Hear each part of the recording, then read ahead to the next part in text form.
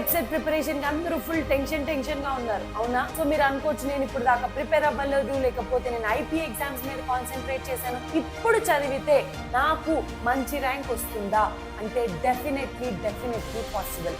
మీరు ఈ 30 to 40 days అన్నది ప్రాపర్ గా డెడికేటెడ్ గా చదివితే yes, below 5000 rank is also possible. So ఈ 30 to 40 డేస్ అన్నది చాలా ఫోకస్ గా చదవాలి, స్ట్రాటజీతో చదవాలి, then definitely it is possible. ఎలా చేయాలి?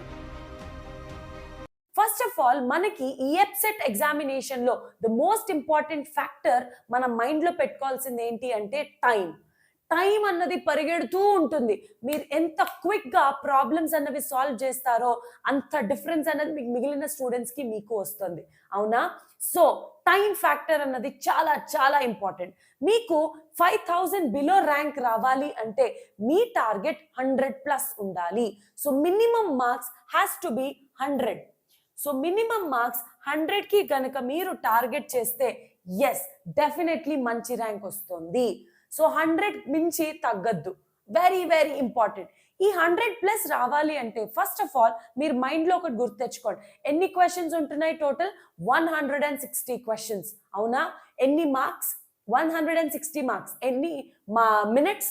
180 మినిట్స్. అంటే అట్లీస్ట్ 1 మినిట్ ఒక క్వశ్చన్ అయిపోవాలి. 1 మినిట్ లో ఒక క్వశ్చన్ సాల్వ్ చేస్తేనే మనకి టైం అన్నది మిగిలిన క్వశ్చన్స్ సాల్వ్ చేయడానికి టైం అన్నది ఉంటుంది. చాలా ఇంపార్టెంట్. సో ఈ 1 మినిట్ లో ఒక క్వశ్చన్ అయిపోవాలి అంటే మేజర్ గా షార్ట్ కట్స్ మీద మీరు ఎక్కువ దృష్టి పెట్టాలి. మీరు ఐపీఈలో చేసినట్టు పెద్ద ప్రాబ్లమ్స్ తో పెద్ద సొల్యూషన్లు క్యాలిక్యులేషన్లు చేసుకుని వెళ్తే టైం సరిపోదు.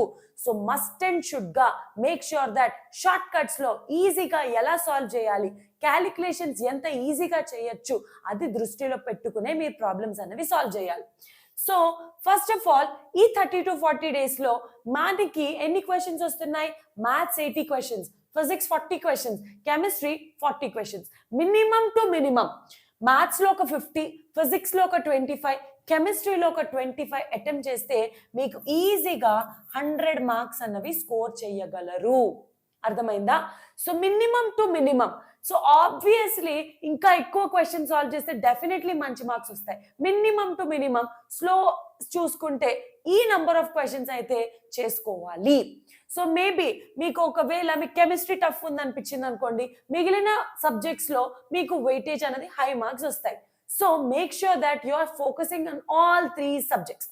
సో ఏ సబ్జెక్ట్ టఫ్ ఉండొచ్చు అన్నది మనం చెప్పలేం కాబట్టి ఏ సబ్జెక్ట్ ని కంప్లీట్ గా నెగ్లెక్ట్ చేయొద్దు. ఏ టాపిక్ కూడా జస్ట్ 1 మార్క్, జస్ట్ 2 మార్క్స్ అని నెగ్లెక్ట్ చేయొద్దు. అన్ని టాపిక్స్ ని చూసుకోండి. మేబీ ఈజీ క్వశ్చన్స్ కూడా రావచ్చు ఆ పర్టికులర్ టాపిక్ నుంచి, అవునా?